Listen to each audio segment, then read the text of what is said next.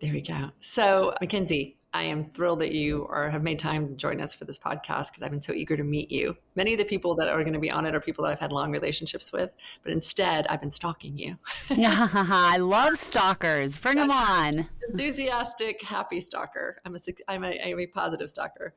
But I ran into your work at South by Southwest in 2024 when you were speaking inside the exhibition hall in this corner. And I was like, why is she not on main stage? Like, this is such a fascinating concept of what you've been doing. And I got introduced to alpha schools and have spent more time than online learning more about it. And now when I go around the world speaking and talking about the work of the future, and I talk about what that means in terms of then the future of education, I put on a screen two things, you and alpha school. And right now I'm using the headline from the New York Times that we'll talk about. And then my friend Worley. And I was wondering, do you know Worley? No, I don't know Worley. Sounds like someone I should know based on the name alone. 100%. Well, his William Hurley, who now has become Worley. For many years, he's branded himself just Worley, but he's a quantum strategist and entrepreneur and a big, huge figure in Austin. And he was speaking at the Dubai Futures Forum on the need, the opening our eyes to the fact that their children aren't our future, they are now, and about citizen scientists, and that you could have a 12-year-old that could become a Nobel laureate because their curiosity meets the technology and allows anything to be possible. So really, this idea of recognizing how capable our children are at a younger age and helping them understand these tools and be more fluent in them. So Worley and I would have a lot in common because I truly believe kids are limitless, and I think they are very much underrated in our society and culture today. And that's one of the things that we see all the time. Kids can do so much more than we give credit for, and they're constantly surprising their parents. In fact, one of the things we always tell parents at our schools is you're going to see your kids do what you think are impossible projects. And even just last night, I was at an event, and there was a girl there who's 10 years old, and I just asked her, spur of the moment, I said, hey, would you mind getting up and speaking a little bit about your experience? And she proceeded to get up and give this phenomenal talk that one would have thought she had prepped. And I told the crowd afterwards, I said, just so you know, 38 seconds ago, I asked this girl if she'd get up and speak, and public speaking and storytelling is one of the life skills we teach. And her mom afterwards said, I can't believe she just did that. I cannot believe the transformation I've seen in a year of her time at school of being able to confidently do that. And I think it's one of the really exciting things for parents when they see, oh my gosh, my child can do so much. Right? And this is why, again, I've been such a champion of you and your work and being able to show other people around the world. I think it's probably one of the most hopeful things they see when they hear me talk about the future. But it comes from not just that we invest in our children and tell them they can do it. You have really radically reinvented or reconfigured or reimagined what education could look like in the future of learning. So we will link to this New York Times article that came out in July. But as you describe it to people, like, I guess how accurate was that article in capturing what you want people to know about it? I think it's really interesting. I was a little wary about the New York Times because, the New York Times is definitely leans a certain way and generally probably isn't interested in, a high-end private school, which there's no question that is what Alpha is. And it was very exciting because I spent time with the journalist who wrote the article, and she was really excited about the school. And she said, I came in very skeptical, and she said, but I cannot believe the energy that these kids have and the excitement and the enthusiasm and just the buzz of just creativity and collaboration that happens at our schools. So when I read the article, I was generally pretty happy with it, but what I felt like probably happened was she turned that article into her editor, and the editor's like, we got to tone some things down and kind of go a different direction on some things. So there's a few places that are a little bit misleading that we have to do. And actually, I had two of our students, our Alpha students who had graduated, reached out to me the week after, and they had each written kind of a rebuttal to the New York Times piece of saying, hey, here's a few things that they got wrong. And I actually think there's no better rebuttal source than a student who lived through the experience themselves and can say, well, this isn't really accurate, but this is. So in general, I think that New York Times article was very positive for us for a lot of it. Now, the comments, on the other hand, of them as of this morning.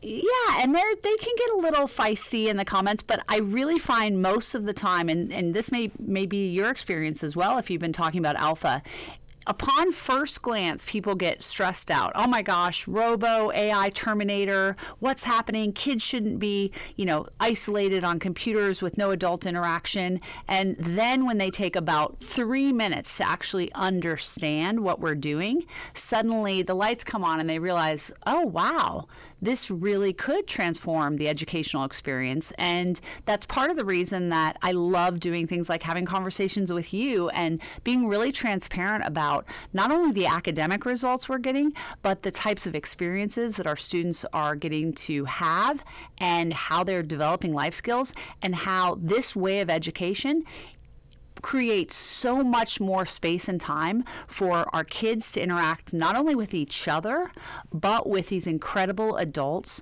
who serve as mentors and supporters while holding kids to high standards to help them do the impossible. So let's back up for a moment, because I agree with all of that and I get very excited about it too. But for those who don't know anything about it, can we just give a little description? The way I describe it is that you have built a model in which kids still go to a place. So this is not being done necessarily at home, although it could be. But right now they're still going to a campus or to a building with other students.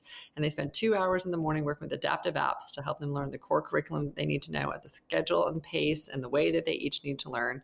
And then they get to spend the rest of the afternoon working on both life skills and creative skills and entrepreneurial skills, financial literacy, all the other components that aren't even like all external. A lot of it can also be internal, right? Around resilience and around understanding yourself better. Is that a fair description? I think you've done such a great job of explaining what our school is. And one of the things when we talk about the future, there's so much that changes constantly. And 10 years from now, who knows what's going to be new? But I can tell you one thing that I absolutely believe will still be true in 10 years.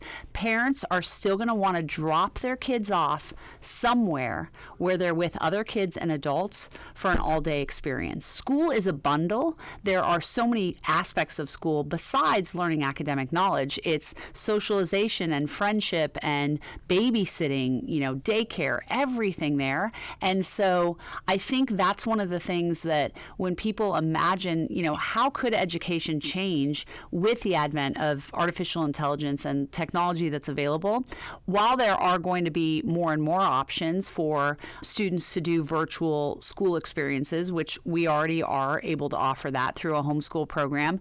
Fundamentally, school is still going to be a community center where kids come together and are able to learn with and from each other. And again, the role of the teacher in the classroom, I don't believe will ever be replaced, and I wouldn't want it to, but I do believe that the job description can and should change. So that's an interesting thing. When I first heard you talk about this a few years ago, right, it was like, we don't have teachers, we have guides. So it's like still very capable, very well-resourced, people that you can trust that are working with our students, but we're not necessarily describing them as teachers. And I wondered if they even had a different kind of credential than the traditional type of teacher that goes in. So when you start talking now about guides and teachers, how do you think about the adults that are there? The most important thing to understand about our model is that the key to our success is the adults that are working with our students each and every day. It is true we do not call them teachers, and there's a few reasons for that. Number one, they are not teaching academic content. And when you think about a teacher, that is very much a primary role that a teacher does. A teacher says, I'm a subject matter expert in X, Y, or Z, and I will bestow knowledge upon one or a group of students with that. And that's not what our adults are doing. Our adults are really working as guides and coaches and mentors. There's the saying of the sage on the stage versus the guide on the side. And our guides are absolutely doing that role. They come alongside students and figure out what motivates them, what is going to help support them when a child is having a struggle and they're having a hard time doing something. What are they saying to themselves, and how can the guide work with them to maybe develop a better growth mindset and help them find that intersection of their passions and talents? And I will say it's been really interesting. I think the no teachers thing has been in some ways helpful for us, but it's also kind of bitten us in the butt because people get scared that, oh my gosh, there's no teachers, they don't have anything. And we actually went to our guides in April of 2025 during our staff days, and I said, hey, everybody, we're getting a lot of heat. People think that, we're just being weird for the sake of being weird. Maybe we should just call you guys teachers instead of guides. And we talked through kind of all of the different points around it. And then we gave a couple of days and we sent out a survey. And in the end, it was something like 96% of them said, no, we want to be called guides. We are not teachers. We are guides. And so we decided, you know what, that's something we're going to be doing. And I will tell you a funny story. I just was with a very leading educator in the country the other day, and she also has made the decision to call her teachers guides. And there was an article that came out, and she had apparently been quoted as saying, we don't have teachers, we have guides. But as the press is likely to do, they did not include the second part of that sentence. They just included the we don't have teachers. And they're supported by a major university. And the university president forwarded that article to her and said, it sounds like you've been spending a lot of time with MacKenzie Price. And her response was, thank you.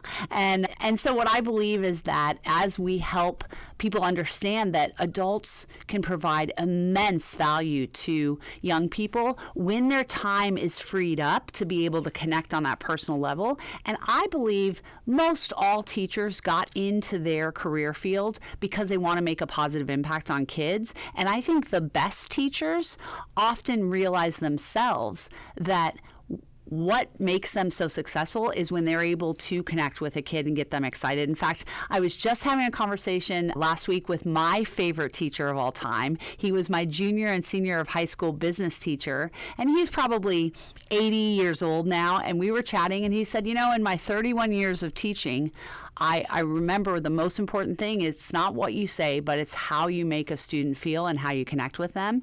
And that's the reason that he and I are still in connection, 30 plus years after I graduated high school. And that's what our model allows people to do. And I think that's the reason I get so excited about what artificial intelligence can do in the classroom. Artificial intelligence allows us to raise human intelligence not only from an academic knowledge perspective, where we're able to give kids the exact pace and level of academic knowledge that they need in order to learn effectively, but it's also increasing human intelligence in the form of relational and social skills and connection that's made possible with their classmates because they have extra time and extra opportunity to be able to interact in a group setting, as well as with our guides. Well, and then hopefully you're also not thinking about your classmates as competitors, right? You're thinking about your classmates as collaborators and co-learners and co-teachers, because I'm sure at some point they're also guides with each other for some of the things that they're doing. So they are. And yeah, I mean, from an academic perspective, everyone is learning to mastery. And so there's no such thing as, well, this kid got the highest grade in the class, or he set the curve, or something like that. Or even really when we think about the identity with which a person looks at themselves, I think one of the saddest things to hear is when I'll have a new student who will come, into our school, and let's say it's a fifth grader who just says, I'm dumb, I'm bad at school. I'm bad at school. And you're like, no, that's not what it is. And when you can change the way that a person looks at themselves, not simply because we told them, you're great, but we actually show them evidence that, wow, I am competent and I am capable of learning, and I can get to 99th percentile when I put in the work and the time and have that level and pace. That is such a beautiful thing to happen for kids. And then the other thing that's really interesting at the high school level, I was just talking to a bunch of our high school students about this the other day. At the high school level, we really focus on helping kids go find that intersection of their passions, their talents, and what the world needs. And so every kid is working on something so different. I mean, we have one girl who is, building a huge TikTok audience and a positive kind of coach for young girls. We have a boy who's doing a mental health AI plushie. We have a girl who's building a Broadway show. We've got a guy who's doing a computer, generation business, another kid who's doing a video game thing. They're so different. We've got a girl who's doing a makeup line for athletes.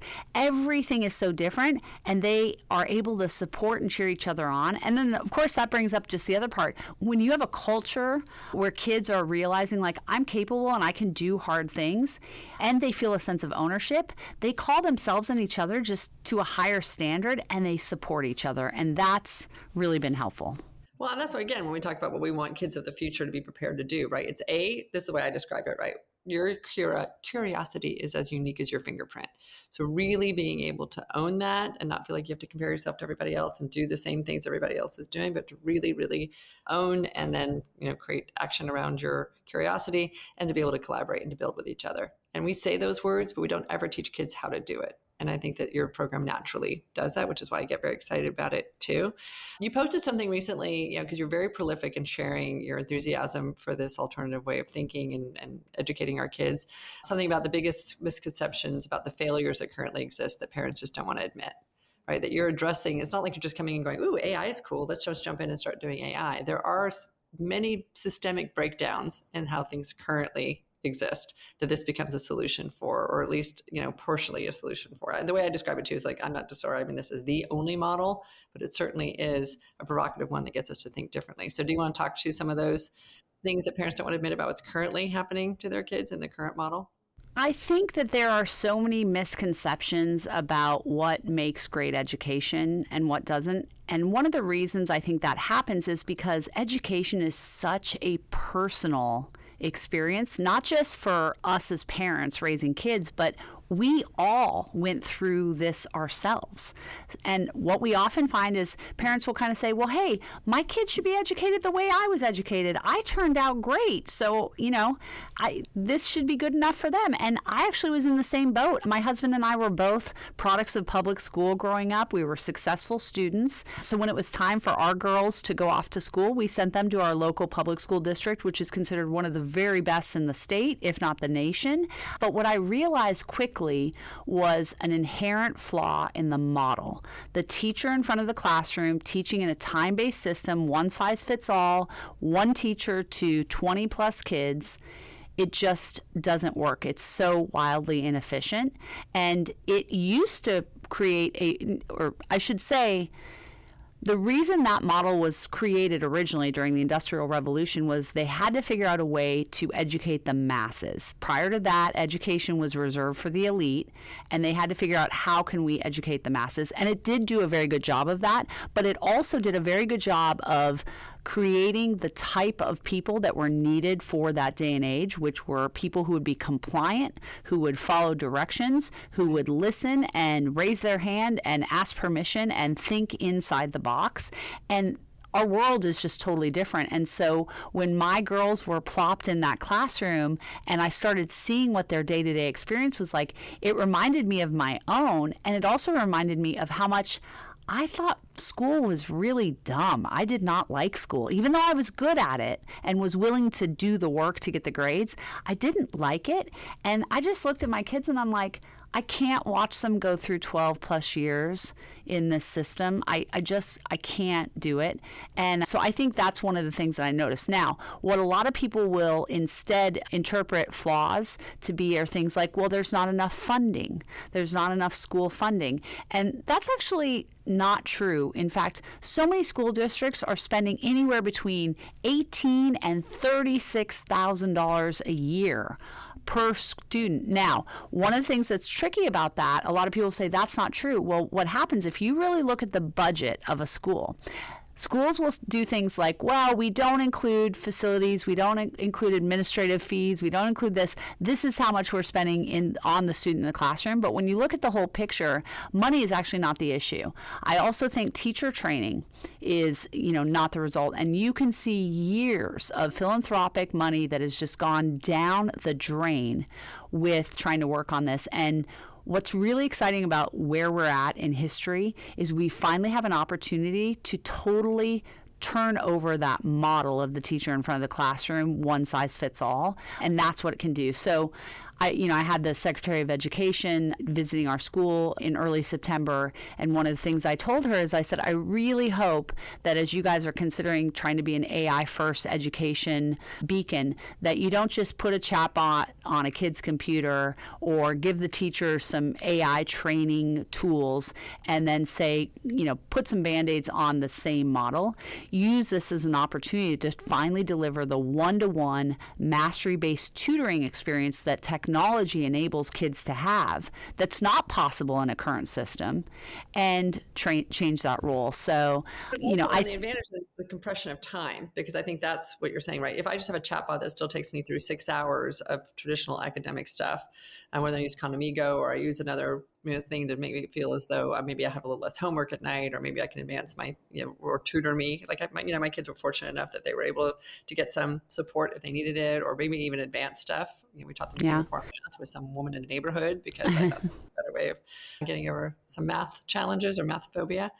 Well, the challenge with the chatbot is it's really a cheat bot. Unfortunately, the majority of students will use a chatbot to cheat. They're not having Socratic discussions with Conmigo. They're instead saying, what's the answer to this? And our experience that our students have from an academic perspective, they're not interacting with an AI tutor per se. The AI is just under the surface, creating the lesson plans, assessing, and then provides coaching on how they can more effectively engage with that. And I think that's something that is important to notice. But yeah, there's a lot of, misconceptions. And unfortunately, and I live in Austin, Texas, and I'll give you an example of something that's just, in my mind, mind-boggling. There is an A-rated school in a very, very nice part of Austin, central South Austin, and it's closing.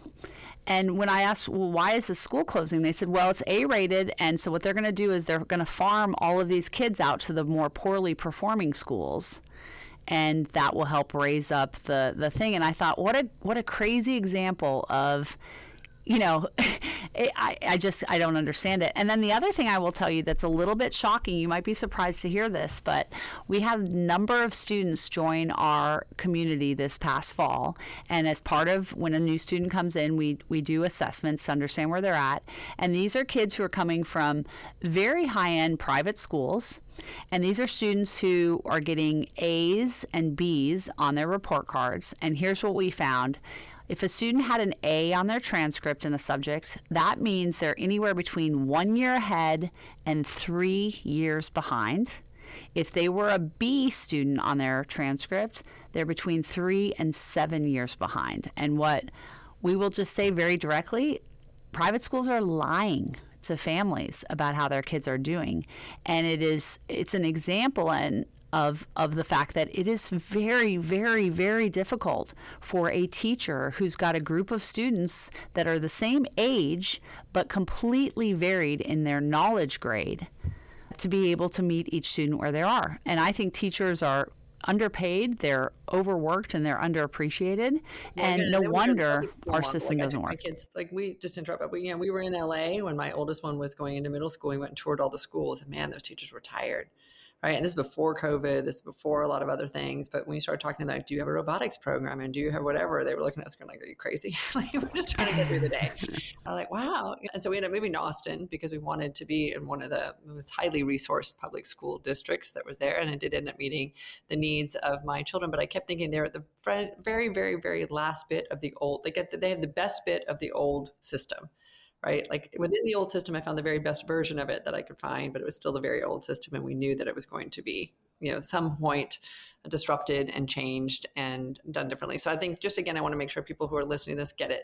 2 hours a day are really spent on the academic portion of it, as opposed to, again, having a chatbot that helps with you for the 6 hours, which then lets them accelerate across whatever level they are or get whatever additional support and encouragement or their learning style. I've been in AI for 10 years. We were helping this guy named Doug Lennett build a learning software a zillion years ago, right? The fact that you can do this now so successfully with each student across each subject and be able to do that so much quicker than when we were working on this 10 years ago is really amazing. But then it leaves the rest of the day for all the rest of the things that they also really want to learn. And, I had mentioned this again, but no matter where I go, I try and talk to students. And when I talk to students at whatever age and we ask them what they really want to learn about, they want to know about taxes. Like, how do taxes work? I sat with a 19-year-old guy in Tangier who's heading off to university to study comp sci, but he's like, I don't understand taxes. how they just understand how the world works in general and how they can feel more competent in it. And certainly as we're trying to rebuild the future and every single industry will be up for redesign and reimagination, we want those brains in there reconceiving them, not just, somehow adding some tech layer to them. That save time in the school day where kids aren't having to sit in academic classes all day is where I think so much magic happens. And I'll give you an example. We have a school that is doing basically outdoor wilderness survival work in the afternoons, and they're learning life skills. And here's one of the things that they're going to be doing. So they're going to be raising chickens. And in order to even start with raising chickens, they have to build the chicken enclosure that they're going to be in. And that chicken enclosure, they'll have to build it, and then it'll go through 3 tests. The first is going to be just a shake test. If you pick it up and move it and transport it, does it stay together? Secondly is weather testing. So we're going to hose it down and we're going to take a wind blower and see if it does that. And then third, we're going to stick a rotisserie chicken in there and set up a trail cam and see if predators are able to attack and get to that chicken. And once those 3 things have been met, then the kids will have been able to earn the right to go get, hatch chickens and then raise chickens and then figure out how to go sell their eggs at the local farmer's market and make a profit. What do you do? And that example of a workshop is not only something that's really fun and interesting, but it's going to teach so many different life skills that kids can then translate to whatever else that they go to do. And they're going to be learning financial literacy while they're at it. And there are just so many ways, endless ways for kids to learn life skills. Sports is one of them, performing arts, entrepreneurship, just physical activity. There's so many different things that can be done. And I think that is what we're finding our families just get so excited about their kids having the chance to learn leadership and teamwork and public speaking and storytelling and financial literacy and entrepreneurship and relationship building and socialization and grit and hard work through these experiences. And it's a very bright, optimistic environment to be in. And I think that's another thing that has been interesting. I've been talking to a lot of other educators as of late, and so many of them, as you mentioned, they are tired. They're like, it's hard. This is hard. And I don't think we're finding that to really be the case. I think that there's no question our guides, they leave it all on the table every day in terms of finding ways to connect and motivate and encourage our students and come up with great ideas for workshops. They're very hardworking, but I think what they're noticing is that they're seeing such incredible growth in these students, and they're getting to know them and understand them. Yeah, engagement. And that's something that, that's the whole reason back in 2014 that I set out on this journey is I didn't want my own girls to come home from school at the end of the day, and when I say, how was your day? Fine. What'd you do? Nothing. What was exciting? Lunch, recess, my friends, that's it. Yeah. So let's shift for a second for parents who are curious about this. There's 2 things that I think that if I were a parent, I'd be thinking about. One is like, how do I quote unquote measure success? And I think there's a unique way in which you do that. And then how do I make this more democratically available? Because you could argue, yes, not every private school is as competent, but private school already gives you an advantage in some way, shape, or form around some of these things. So first is in the form of like, again, I think one of the things that just to change the future, you got to change metrics and think about metrics very, very differently than we have. So I don't know what is even measurable around what it is that you're doing, but it sounds as though you guys do chart checks instead of report cards. Do you want to describe that?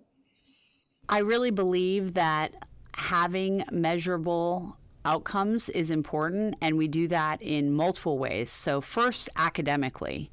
The bar in U.S. education system is so crazy low, right? The 50th percentile senior in high school graduates with as much math knowledge as a 3rd grader in 99th percentile. The bar is very low. And while I understand that there are a lot of people who don't necessarily put a huge priority on rigorous academics, we've taken a very different approach. We believe that you can deliver rigorous academic experience and 99th percentile outcomes in a very easy way. And I really think that the vast majority of kids are able to hit that bar when they're given that personalized learning experience that results from one-to-one mastery-based tutoring.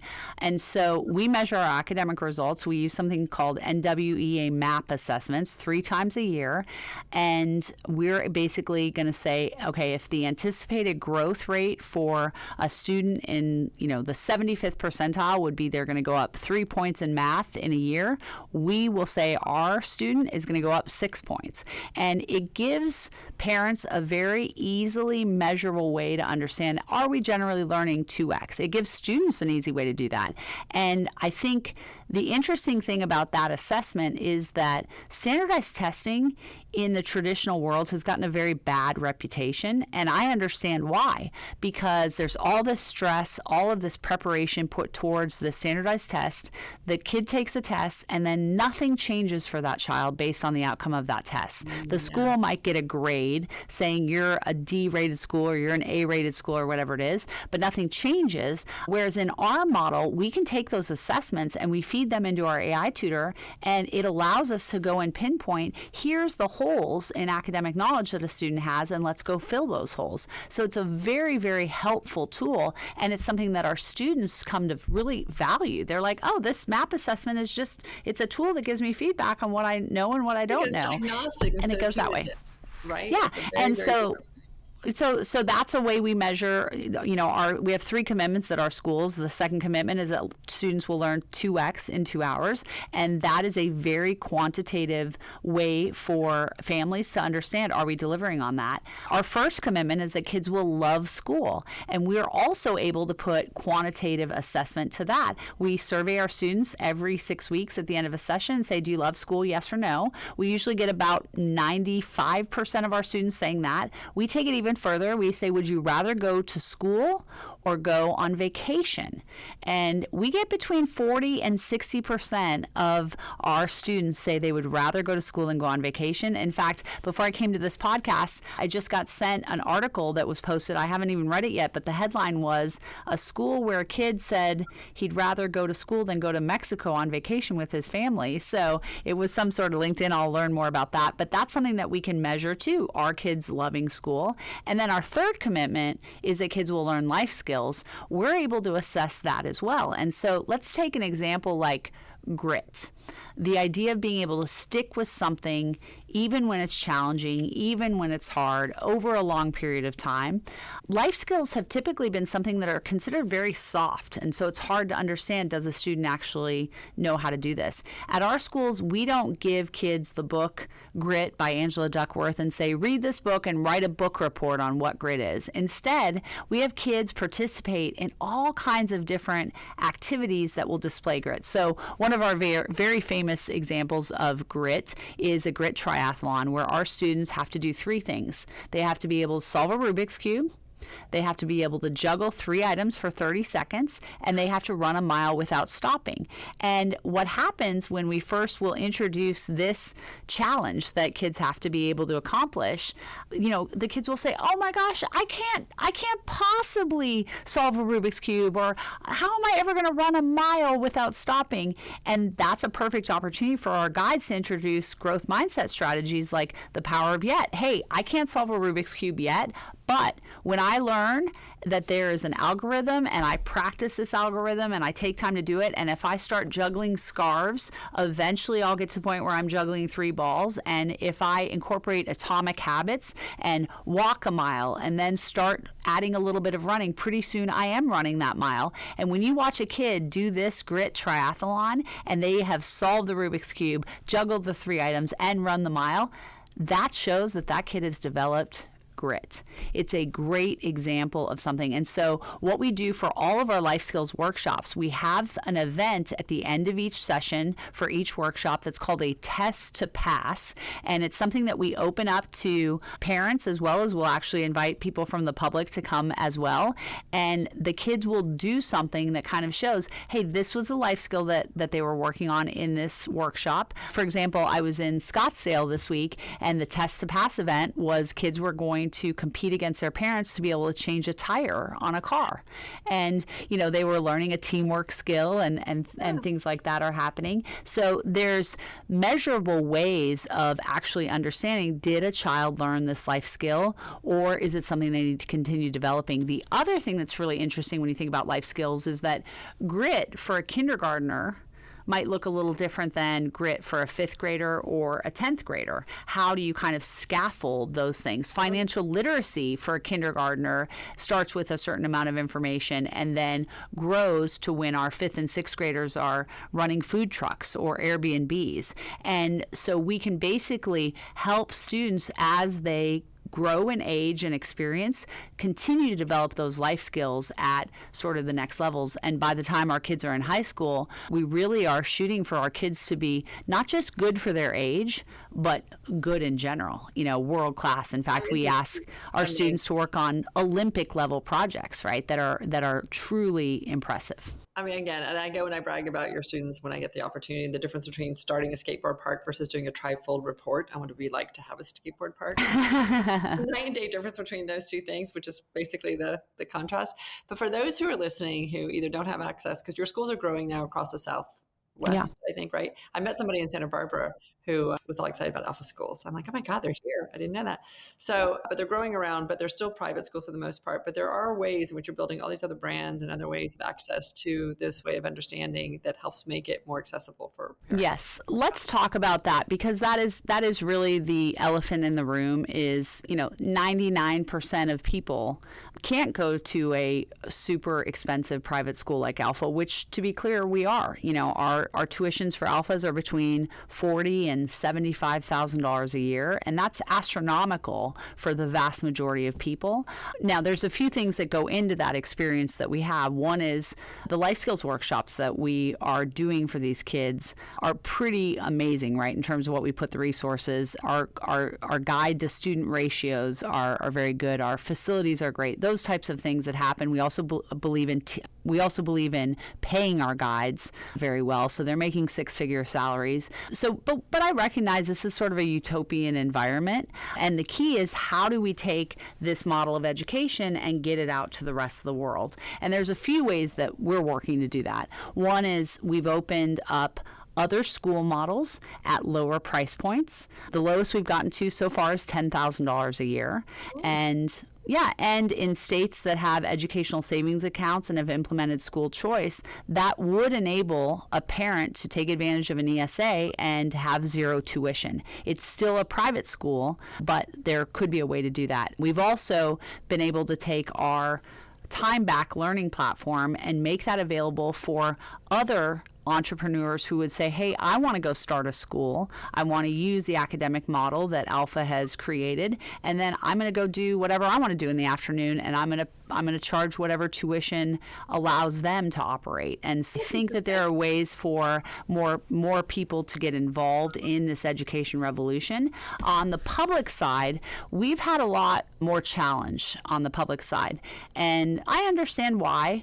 The public system really wants to see years of research and information to show something works. There's a lot of competing factors that go into making decisions. So I've applied for several virtual charter I've applied for several virtual charter licenses in numerous states. We've only been approved in Arizona. So we do have a virtual charter school, which means it is free for students to attend, and it's going very well so far. Does that mean online though for the 2 hours? So it's an online program. It's a full day school program because it is a charter school. It's still full day, but for whatever reason, there are families who've chosen to educate their children in their own homes and have wanted to take advantage of a virtual charter program as opposed to homeschooling themselves.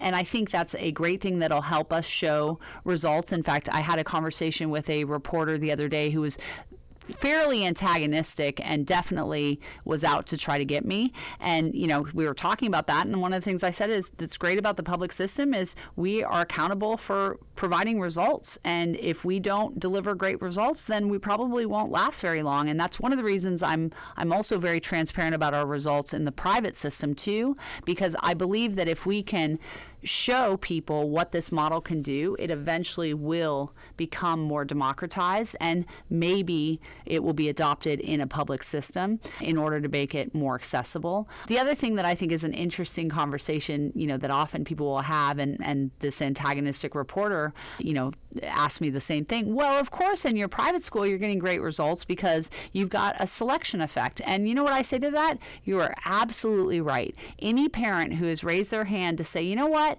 I'm going to send my kid to something else instead of just putting them on whatever bus comes by my street and takes them to our neighborhood school, is obviously, just looking a little bit deeper or wanting something different than what their local education option is. But here's the other thing I really believe, and I would love to have a conversation with someone who can help me see the other side of this.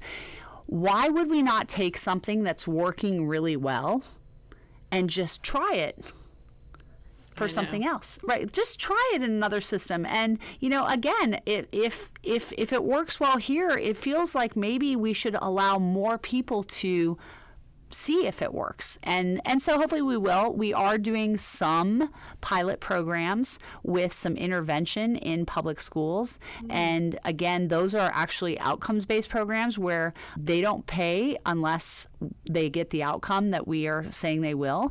So I think that we're going to see a big difference. The other thing I think that's going to happen is, I believe the cost of AI right now, our cost of AI for the learning platform is about $10,000 per student per year.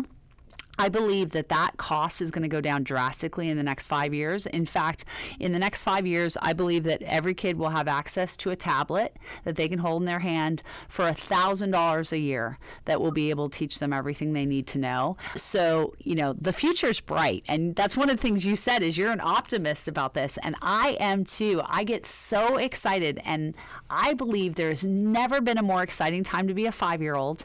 There's never been a more exciting time to be a teacher, because there's so much that we're going to be able to incorporate and do. I also think that the opportunity for innovation that's happening in education right now is going to attract a lot of high caliber talent. And I think doing it in the private market is actually going to help that endeavor. And for those who kind of say, well, I disagree, education should always be nonprofit, it should be a public thing, it should be available to everyone, my response would be, well, look how poorly things are working. We have to do something different. We have to figure out a better way, because what we're doing right now, where 2/3 of kids can't do math or reading at grade level, whatever we've been doing, we gotta change it up. And AI is going to offer us this opportunity to really change things. And I always tell people, here, the water is great, jump in, right? Come and jump into this. We're learning things along the way, right? We're not just jumping in without having some consideration about how to do it well. And I think one of the distinctions about what you're doing is you're using AI in this really thoughtful way, as opposed to necessarily teaching kids about AI, which hopefully is both, right? They're going to learn about AI too, but we're making a distinction about what AI in education really means or looks like. And for me, it's also really interesting when you look at it around the world.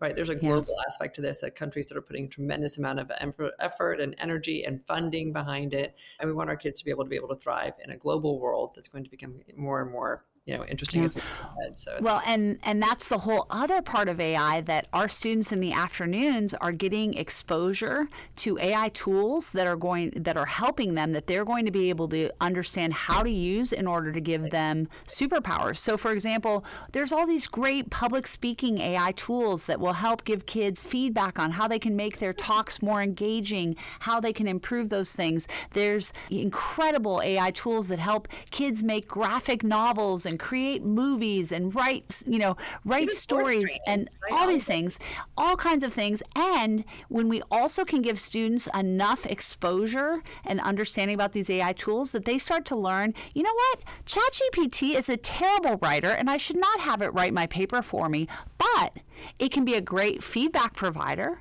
It can be a great editor. It can Or I give can build me my own some. thing. I mean, I think that's the thing is I want kids to also build the literacy or the confidence to be able to go build their own thing with an AI. Yes. Right. Yes. So I get to actually build an AI informed tool or an AI fueled tool that allows me to go do Yeah. such and such. I think that's the big thing is becoming a builder versus just a consumer of these things. It's a really critical part. So I think your work's going to continue to grow. I know we're running out of time, but I just want to say again, MacKenzie, I'm so grateful for the work that you do. I'm jealous that I don't get to have children in the school district that are only 5 and 10 years old. They get to be beneficiaries of this because I think this work is really going to fundamentally change things. But hopefully this conversation is part of the expansion of the work that you're doing and gets you more support for it. I'm sure people will raise critical questions, but do it from a place of curiosity as opposed to a place of fear. And the last thing I'll just say is that on days when I get frustrated that people can't see the future the way I can, the guy who helped, in germ theory, get surgeons to start washing their hands as they were delivering babies, it took 50 years. Right? To get them just to literally, instead of working with a cadaver or wiping it on their thing and then going to deliver a baby, that they would stop and wash their hands in between. Great. Well, I'm 49, so if you're telling me I can retire at 99, I guess I'm good. That's great. It's going to take much less time this time, but it does make me think that in the most simplest thing, it was hard to get people to change their minds, right? So this is a little bit more complex. It's going to take a little bit more time, but I think that you are right on it, and I'm your big champion, and anything I can do to support you, and I will introduce you to any other people I know that I think will also be big champions for you. So thank you. Thank you. Well, congratulations on your amazing podcasts and all the work you do, and it's been such a pleasure. Thanks for having me. Hopefully we can grab lunch someday in Austin. I'd love to hang out more. Sounds great. Great. Thanks so much.